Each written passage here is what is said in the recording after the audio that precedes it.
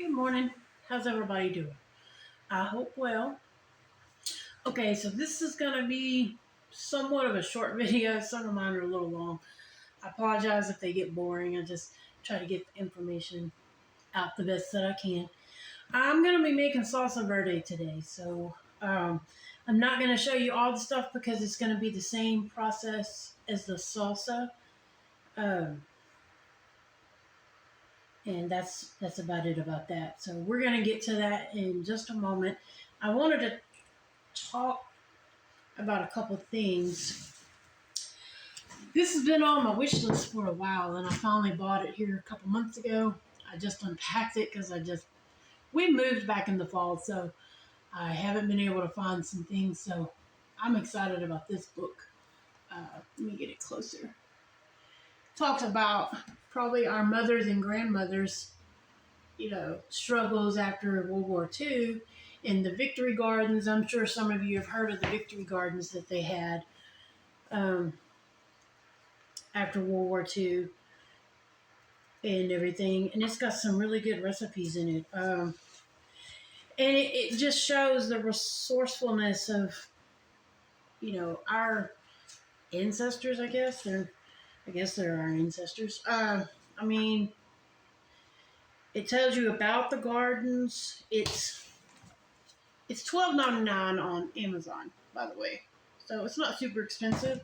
It's a pretty hefty book for $12.99. It's got no page numbers. Okay. All right. Well, that's a first. No page numbers, but let's see. I would venture to say it's about 300 pages, give or take. And it's full of tips on what they substituted, I believe everyone, if I remember correctly when I was reading about these, everyone during those times, especially the Depression, but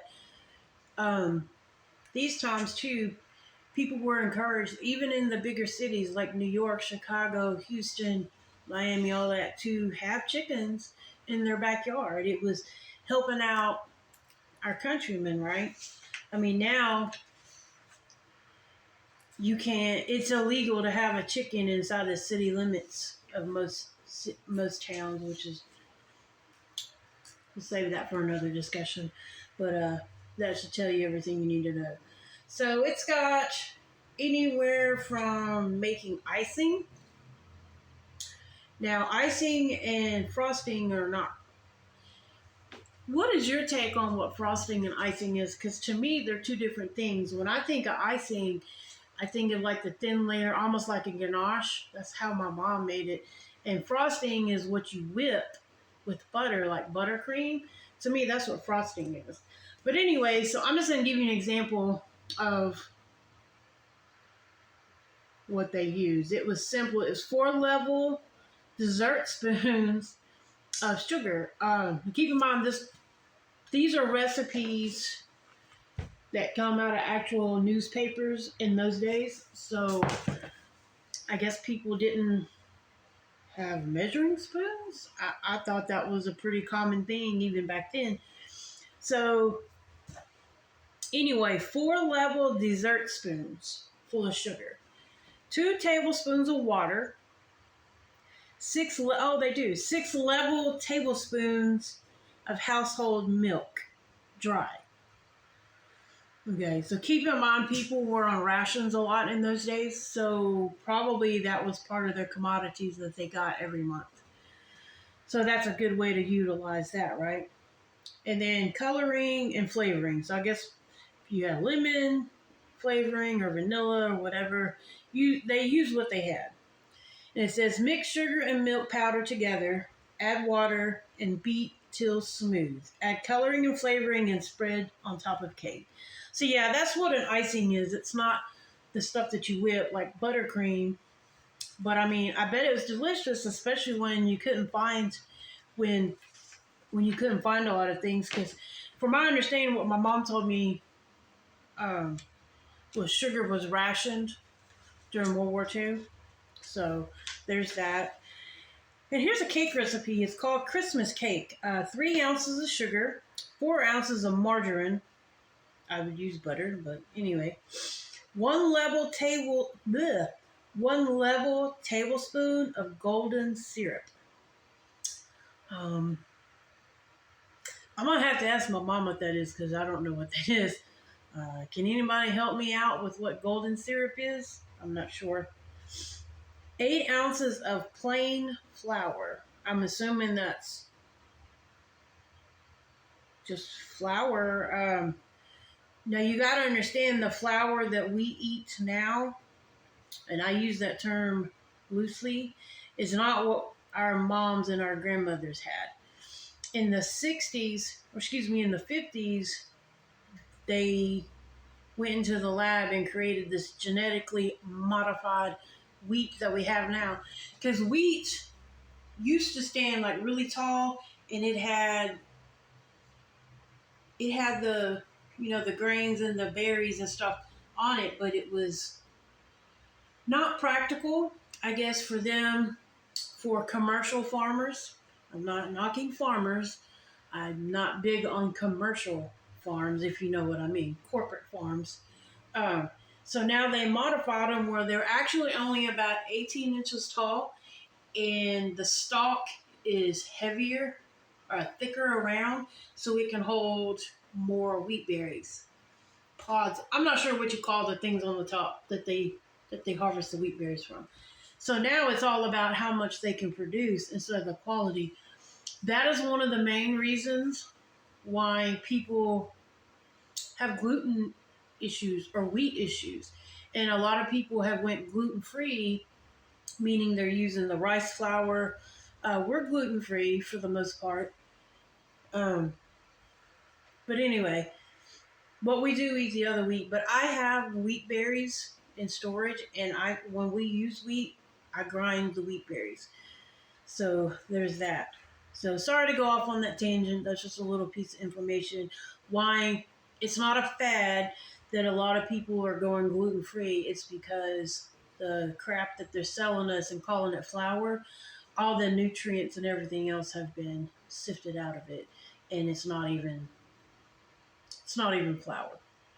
That's why when you go to other countries like Italy or France or England, and all of a sudden you can eat gluten based wheat, regular wheat over there, it's not the same as what it is over here. Fight me on this one. Do your research if you don't believe me. But yeah. So I've talked to a couple of people that have went overseas, maybe they're military or whatever, and they were over there for an extended period of time, and all of a sudden they could have regular bread again. They could eat anything wheat based and it not, disrupt their gut and everything. Now, celiac disease is different, but celiac disease is also caused by this, in my opinion. But that's for a whole nother conversation, and I don't mean to run away with that. But maybe we can have a live about something like that one day. Okay, so back to the Christmas cake. I apologize. So 3 ounces of sugar, 4 ounces of margarine, 1 level tablespoon of golden syrup, 8 ounces of plain flour, 2 teaspoons of baking powder, a pinch of salt, 1 level teaspoon of mixed spice. It's not specific on the spice, but I would think like maybe an allspice. 1 level teaspoon of ground cinnamon, 2 to 4 reconstituted dry eggs. Again, substitution. 1 pound of mixed dried fruit. 1.5 or excuse me, just a half a teaspoon of lemon substitute or essence. I guess that means like a extract, maybe. And it doesn't have a measurement for milk, but it just says milk to mix. I guess when you stir all the dry ingredients up, then you just add the milk until it turns into a batter, correct? Yeah, because it says cream the sugar and margarine, add the syrup, mix the flour, baking powder, salt, and spices together. Add alternately with the eggs and the creamed mixture and beat well. Add the fruit, lemon, the lemon substitute or essence, and enough milk to make a fairly soft dough. So it's not going to be, if I have any bakers in here that make cakes from scratch on the regular or muffins, homemade cake batter, unless it's the little recipe on the Hershey's box on the back, is typically thicker than the box cakes the box cakes mixes that we mix together. So it's going to be a little thicker. And let's see. Line a 7-inch tin with greased paper. Put in the mixture and bake in a very moderate oven for 2 hours. Does anybody know what a moderate oven means? And again, I'm not making fun of these ladies. I'm not. I'm just. I don't know what a moderate oven. My interpretation would be at 350, right? Because all ovens are different. So I would say 350, and then put a toothpick or a knife in it in the center. When it comes back clean, you're done, right? I mean, that's pretty simple. So, and I mean, that's just getting started. They have a whole thing on preserving too. Like apple rings. I guess that's dried fruit, right? I've never made them. I'm just now starting to get into the dehydrated stuff, and I'm kind of loving it. We're going to get to that. And those folks back then used their oven to dehydrate. They didn't have dehydrators back then. Now here's something. This is making a big comeback, I noticed. And that's a good thing. Elderberry. Of course, you see all the pharmaceutical products with elderberry in them. It's probably very little. I started making elderberry this year, elderberry syrup for the flu season. Works pretty good. So this is elderberry and jam. I bet they stay not as sick as we do now, right? 3 pounds of elderberries, 3 pounds of apples, 5 pounds of sugar. Whew, that's a lot of sugar, but Anyway, so the method says remove berries from stalks. Okay, so these are fresh. These aren't dehydrated. Remove berries from stalks and wash. Warm them to draw juice. Okay, simmer for half an hour to soften skins. Okay.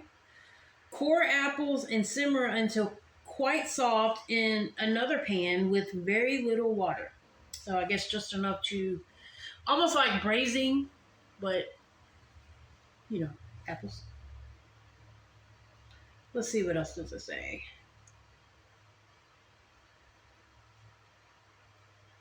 Pass through sieve or pulp well with wooden spoon. Add apples to elderberries, reheat, and then add sugar. Stir until dissolved and boil rapidly until jam sets. Make first test for setting after 10 minutes. Put into hot jars and seal. Now it doesn't give, the instructions, but again, you have to keep in mind, my mom didn't really can that much except like jams and stuff. I learned to pressure can on my own. Most people didn't even have pressure canners back then. They just water bathed everything. So for instance, if you're doing meat and a pint is an hour and 15 minutes for chicken, right? Well, in water bath canning, it's 3 hours. So they did everything water bath canning probably back then. I know the pressure canner was invented, but I doubt anybody could afford it. So, anywho, so it doesn't give any instructions, but you could probably copy this recipe and then just find a jam recipe online, Pinterest, whatever. So, okay, let's see what else they got. Pickles, the same basic thing. Okay. Making do. There's a whole, I'm going to read this to you. And I'm sorry this isn't more about canning and preserving today, but I'm very interested in how folks made it through tough times, before we had the convenience of these big grocery stores. My grandma didn't have a Walmart or an HEB Plus to go to, and you darn sure didn't go to town every day because who could afford the gas? And typically people live far off, unless you lived in a bigger city, right? Okay, so it says making do. It was a challenge to all of us to make do in every way, to save fuel and use our food wisely. We may not have been able to produce exactly the same dishes as we did before the war, but we could still keep our families well fed. The government gave us many ideas and dealt with various problems, and many other people passed on their tips. So, sorry, I had a cat begging for a treat.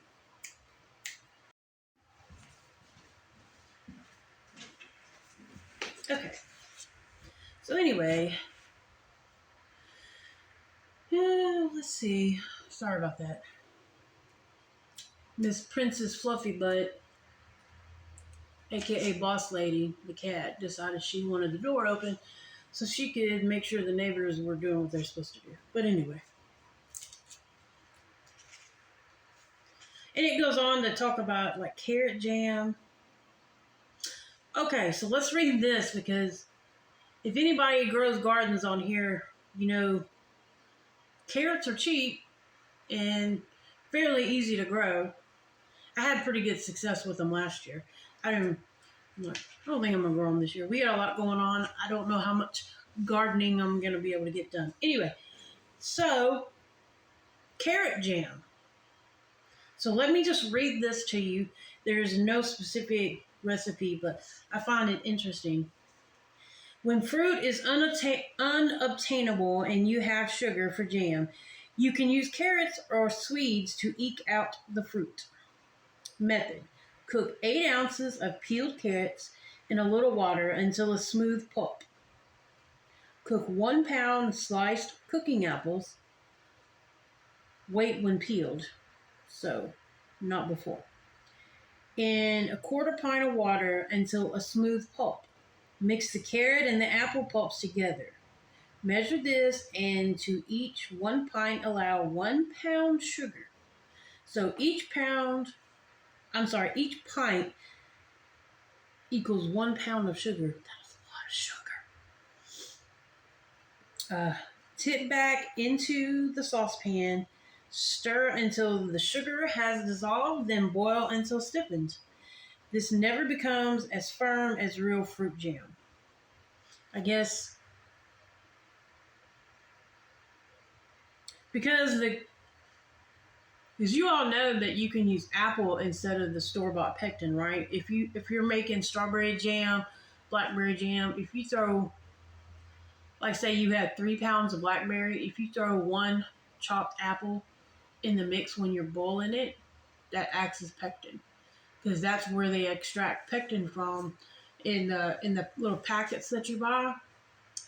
It's apple, and there's other fruits too. If I remember, I'll put it in the description. But yeah, so the apple. So I guess like if apples are scarce, but you still want the taste of apples, add carrots to it. That's a good idea. I may try that just for funsies and see what happens. Honeycomb toffee. Any toffee lovers in here? Toffee and caramel, that's my jam. I'm not a chocolate person, don't hate me for it. 4 ounces of golden syrup. Man, I'm curious what the golden syrup is. 2 ounces of sugar. 2 level teaspoons of bicarbonate of soda, which is baking soda. So it says boil the syrup and sugar together for about 5 minutes or until it is a rich brown color. While still boiling, stir in the bicarbonate of soda very quickly. Pour into a well-greased sandwich tin and allow to cool and set. When almost firm, loosen the edges with a knife and turn out onto a wire rack. Break into pieces. Okay, so almost like when you make peanut brittle, but without the peanuts. Okay, well that sounds interesting. I think we all know how to make mint tea. That was probably a good. I'm curious what the benefits of mint are because I have a big mint plant. My mint is growing crazy. Like all my other stuff is growing great out there, but my mint plant, I'm gonna have to put it in a bigger pot or something because it's going all over the place. Alexa, what's the benefits of mint? Some health benefits commonly associated with mint may include improvement in IBS symptoms, relieving indigestion, supporting brain function, decreasing pain from breastfeeding, relieving cold symptoms, preventing bad breath. Sounds like a pretty good idea. I got plenty of it. So it's good for, I know I have a mint tea. I use it for when I'm stopped up, sinuses, the yellow pollen all over the air right now. So it's good for IBS, any kind of digestive issues. It's good for brain fog too. Huh, interesting. So I would see why that would be a big thing. Probably if you're having to eat whatever you can get your hands on, your stomach may not be 100%, right? Okay, let's see what barley water is about. Anybody ever heard of barley water before? I haven't. Wash 2 ounces of barley, put into a pan with 2 pints of cold water. Simmer for 2 hours. Strain. Add a little sugar in the juice from some sharp fruit such as rhubarb or red currants or lemon flavoring. So I guess you just drink it. Okay. So here's what I want to do, and I've been doing some experimenting. I know this isn't really preserving or canning, but I'm thinking about starting a Facebook group on frugal cooking, from scratch cooking. Would anybody be interested? Because I think it would be fun. So here's what I've been experimenting with it with. I haven't really taken any pictures because I just been kind of playing around with it, and some of it's actually pretty good. There are two things that stick out that were really good. I started doing Great Depression recipes just to try. There's something, it sounds weird as hell, but it's called water pie. Yeah, you heard me right. Water pie. And what it is, you take a pie crust. It didn't specify what kind of pie crust, but I guess everybody made the same kind of crust back then. And you pour water into the prepared crust. Now you don't pre-bake the crust. It's just, in its raw form after you do everything in the pie pan. You pour water and then cold water. And then I think it's like 3 tablespoons of sugar. It's not a lot. And then pats of butter all the way around the pie. I would suffice to say, most of the recipes I saw say 6 pats of butter. A pat of butter is 1 tablespoon. That's my measurement. So we made it. I hate to say this because it's weird. I hate to say this. Oh, I hate to say this, but it was delicious. So just imagine if you add like other seasonings to it. Like if it's the fall, you can add the fall flavors like pumpkin spice, cinnamon, all those things. I would suffice to say you could probably mix cocoa powder with it. You would probably have to boil a small amount of water and then stir the cocoa powder in it and then pour it in with the rest of the water first. But I'd be willing to bet it would be good. And I know it sounds weird. And also, did you know that Ritz crackers were invented during the Great Depression? And the sole purpose of them, I guess just for filler. But here's the thing. I made a mock apple pie with Ritz crackers. So it calls for the crust just as is. And then it has the liquid. I can't remember what the liquid is right now. Whatever probably just water and syrup of some sort. And then you lay the Ritz crackers all around, just kind of make them pretty if you want, until the top of the crust, and then pour the liquid over and you bake it. And my husband loved that. He's like, this is just like an apple pie. And it's the weirdest, damnedest thing, right? So I would really like to get into that kind of stuff. Does anybody else want to do that? Because I think it would be pretty fun. And it kind of get us in touch with our ancestors, so to speak. So it talks about after the war. It was wonderful when the strain of the war was over, but a fact many people did not appreciate was that food rationing continued for many years afterwards. Okay.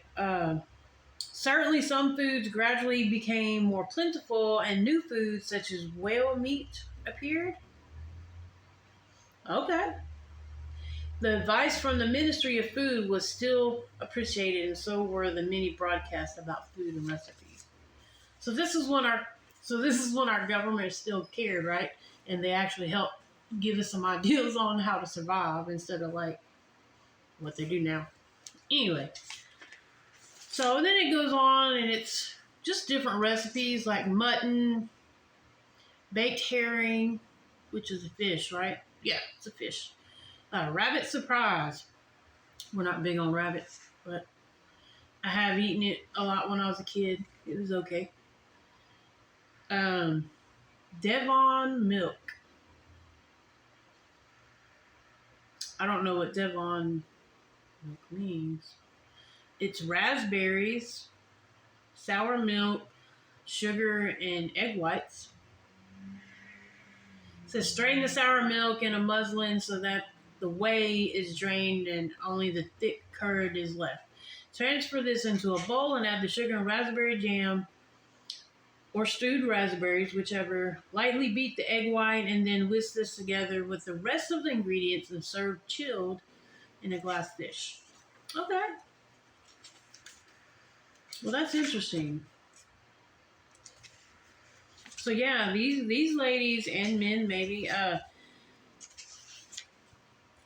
they even have recipes on like family get-togethers. What would feed a bunch of people and still have a nice get-together? So that's interesting. Um, Spiced mayonnaise, egg mayonnaise, which is basically regular mayonnaise. Wow, it's got all kinds of things. So anyway, this is so interesting. Black pudding, hot pot. Anybody? What's black pudding? See, I want to learn all this stuff because we don't know what's coming. We do not know it's coming. And I don't mean to sound like the doomsday prepper here, but if you haven't woke up to what's going on in this country by now, I don't know what to tell you. Don't be saying... I have some people say to me when they find out that I can and that we have prepared this measures in place, oh, I'm just going to come to your house when the shit hits the fan. Nope. Not unless you want me to put you to work, because nobody eats for free. That's something for another channel, probably. But yeah. So, anyway... Listen, I gotta get to making this tomatilla stuff, but again, I just wanted to read a couple excerpts from... So the lady's name is Margaret Patton. She worked for the Ministry of Food during the Second World War in East Anglia and in London. She then took charge of the Ministry of Food Bureau at Harrods, the famous department store. Is Harrods even still open? I don't think so. So her job was solely to help families prepare nutritious and appetizing dishes with their weekly rations. So that's, I guess she was, so if you're going to preach it, live it, right? So again, this is a cookbook. I know I've kind of rambled on about this, but I think this, in the times that we're living, I think this is a very good book for us to have. Anyway, so I'm going to get to making this tomatilla sauce. And again, I'm doing a small batch because I've never made it before. And what I'm going to do real quick is go ahead and blanch these and get these ready to go, and then I'll be back.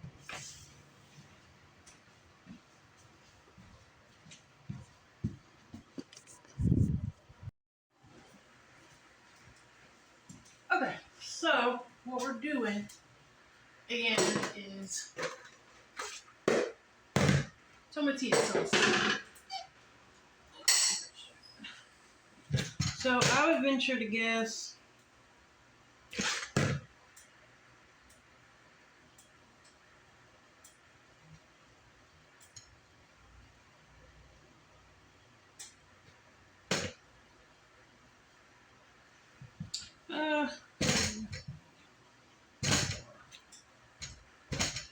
we're just gonna do a little over 2 pounds of tomatillos today. Like I said, it's just an experimental recipe that I'm going rogue on, right? So anyway, let me put my scale up. So same basic thing. We're gonna blanch them like we did the tomatoes, and the difference with the tomatillo sauce is we're actually gonna cook this all the way through before we can it. So that being said, I'm gonna start coring. All right, who took my paring knife? Oh, I did. Okay. I forgot. I just washed it. So same thing. We're just gonna core out the middle right here. This is not necessary, I don't think. Let's see. I've never messed with tomatillos. Let's see what this is down here. If anybody's worked with tomatillos before, let me know. I'm going to core that out too because it looks a little rough. So we're going to just core this out. These skins seem to be a little thicker. So I'm going to score the sides. That way it's easier to peel them, right? Nothing big, just do a couple little slits in the skin and that'll help. Until I know what I'm working with, I'm going to do that. It just helps the skin come off a little easier in the process. See, this one didn't look like the other one did, so. And I'm just using the same bowl. I'm not wasting a bunch of bowls. This is such a small batch. Smells like tomatoes. It says that it's in the tomato family, but it's at the same time different. I wonder if just using green tomatoes out of your garden would work. Because I don't really know a whole lot about them. Never grown them. Never ate them. I've had salsa verde before, but it's the bland stuff that's in the jars at the store. I wasn't very impressed. There is a restaurant that we go to that they call it green sauce. They don't call it tomatillo sauce, but it's basically salsa verde mixed with a little avocado. So, yes, please. It's good. If anybody knows Cafe Del Rio in Beaumont, you know what I'm talking about. Or Lufkin. The Lufkin one's better.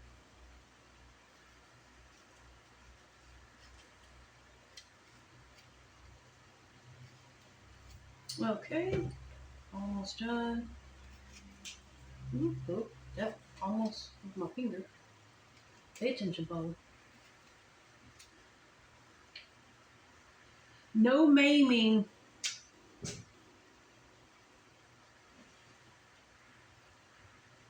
Oops. Saw that, did you? Okay. No maiming on this video. I'm going to be careful.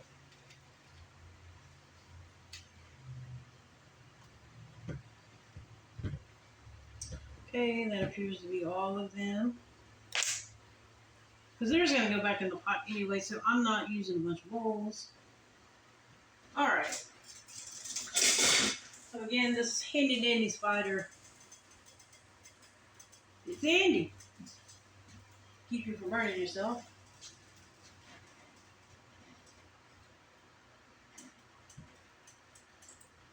And again, I don't know what I'm doing. So I don't know if it's going to wrinkle up like tomatoes do or what.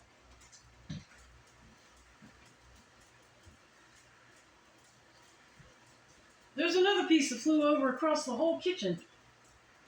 Whatever. Anywho, let's see what they're doing.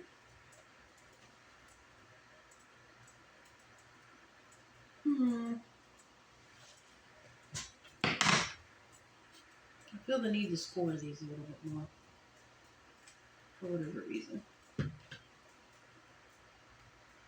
Technically, I think you're supposed to score tomatoes.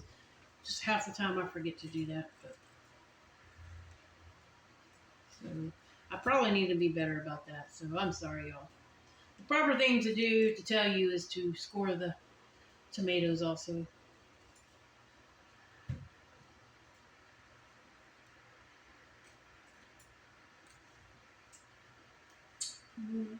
Well, these are taking a little longer.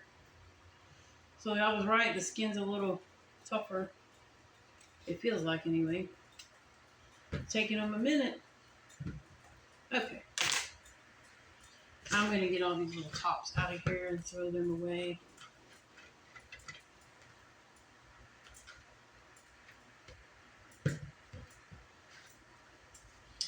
Be right back. I forgot my garbage bowl.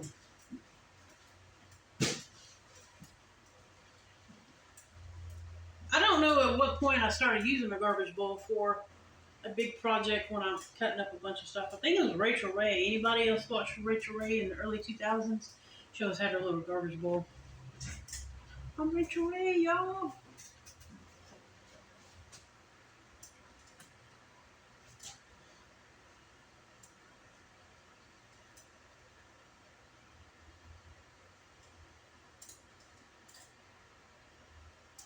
This might be more of a what not to do than what to do video. They don't even look like they're trying to wrinkle up. So please, if someone's made tomatillo sauce from scratch like this, please tell me.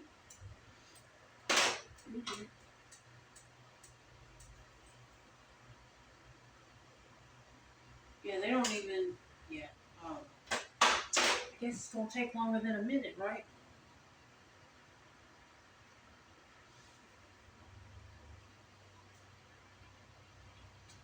Alright, it's starting to boil now, so maybe just had to heat back up.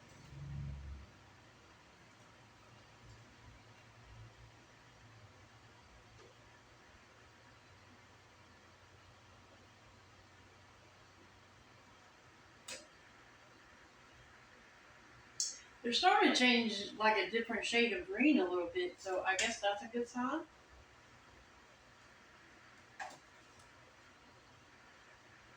Okay, now we're in business. They're blanching good now.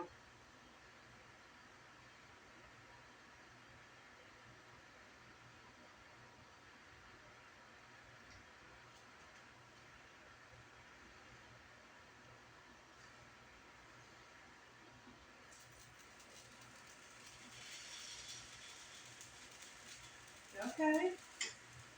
Yeah, they're turning a lighter, just a slightly lighter green. So this one, it's wrinkled up, it's ready to go. The smaller ones,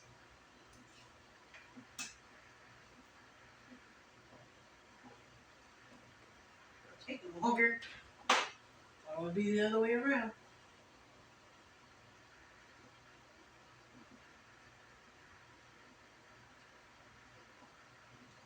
But I mean, they're doing something.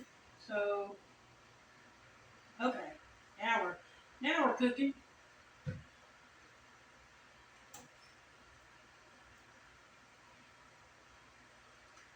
one's taking a while. Who hurt you? Anyway, I'm gonna get the rest of these blanched up, and I'll be back.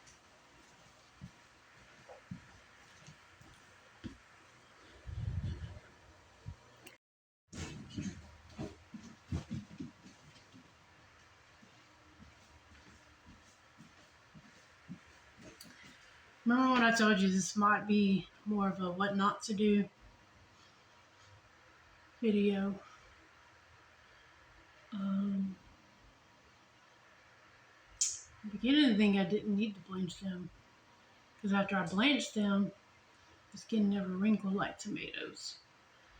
And I feel like I'm just supposed to blend them, the skins on. So that's what we're gonna do. To my Hispanic friends and family, I'm sorry. I love you.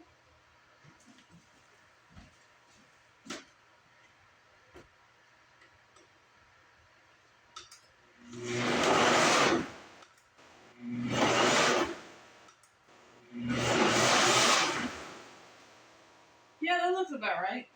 Yeah, we're gonna go with that. Oh, I hate this thing sometimes. It's on there good. Anybody's wanting to know, I love the NutriBullet. I thought about getting a Vitamix, but I heard good things about these, so it's has a real tolerance for putting hot liquids in there and not having issues. Okay, so I just pulsed it a few seconds that you saw, so I'm gonna put it back in the saucepan.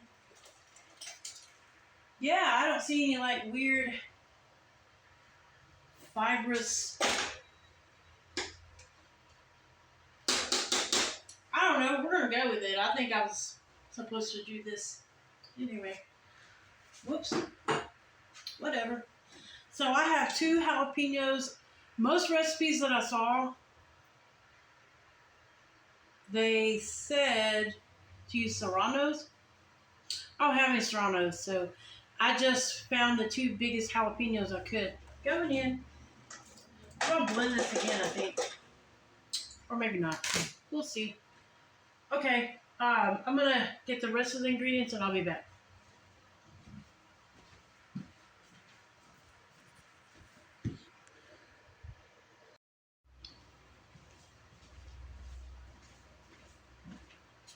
Okay, so after I cooked it on the stove about 15 to 20 minutes, I think. And then I put it back in the blender and blended it. Okay. So I just took a little bit out, let it cool off. It's super hot. I mean, it smells great. I'm just curious. Let's see, shall we? Okay. Well, it's kind of hard to do that. But it's pretty thin, which is how all the Verdes, Salsa Verdes I see are. It's about the right consistency. So, I mean, so far so good, right? All right, let's see.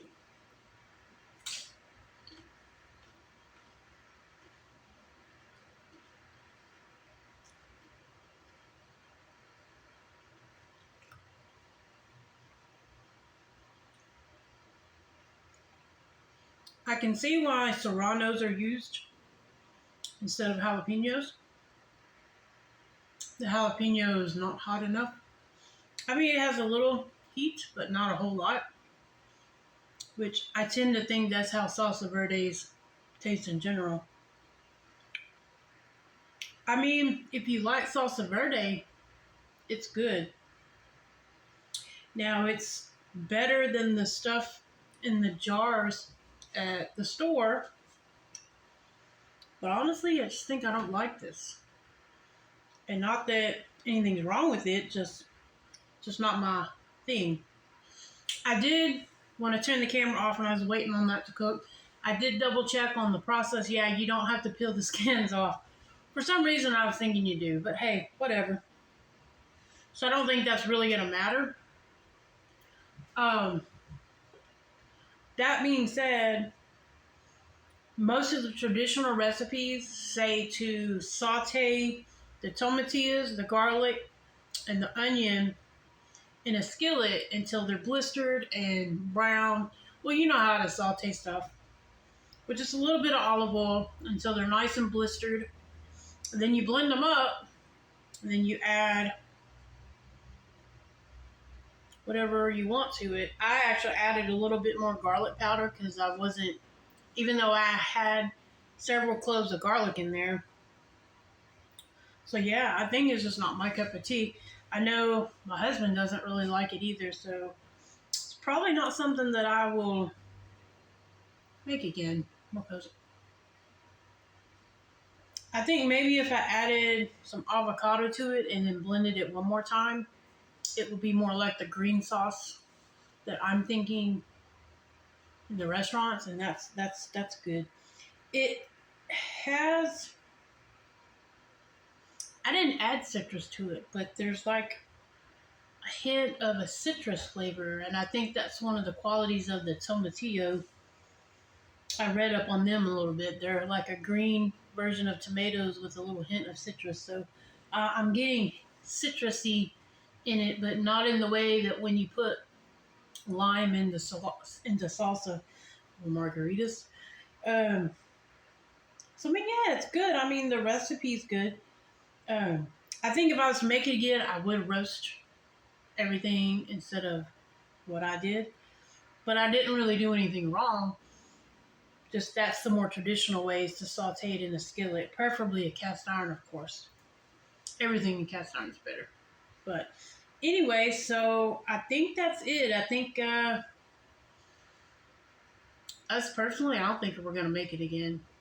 But again, like I said, it's not bad. Just it's not for us. We'd rather have the regular salsa with the tomatoes. So that being said, I hope you found this interesting, and I hope you enjoyed the little discussion on the cookbook. Um, anyway, that's it. Y'all have a great day. Love you. Bye.